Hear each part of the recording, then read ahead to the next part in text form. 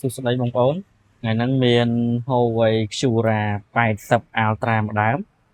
ប្រភេទអវ៉ាន់ក្រុមហ៊ុនបងប្អូនអវ៉ាន់នេះថ្មីអត់ទាន់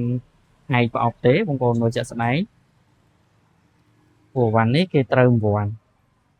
អញ្ចឹងខ្ញុំលក់តម្លៃជូនបងប្អូនពិសេសមែនតើតែ900ស្ដើងទេបងប្អូនបញ្ជាក់តម្លៃលើហ្នឹង939ដុល្លារ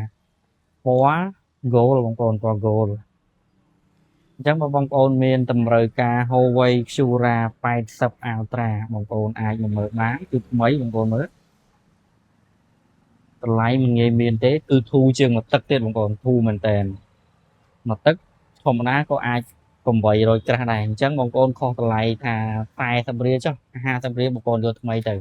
ធានា1ឆ្នាំឬក៏បងប្អូនចង់វាយដោះដូរអាចមកវាយដោះដូរនៅហាងបាន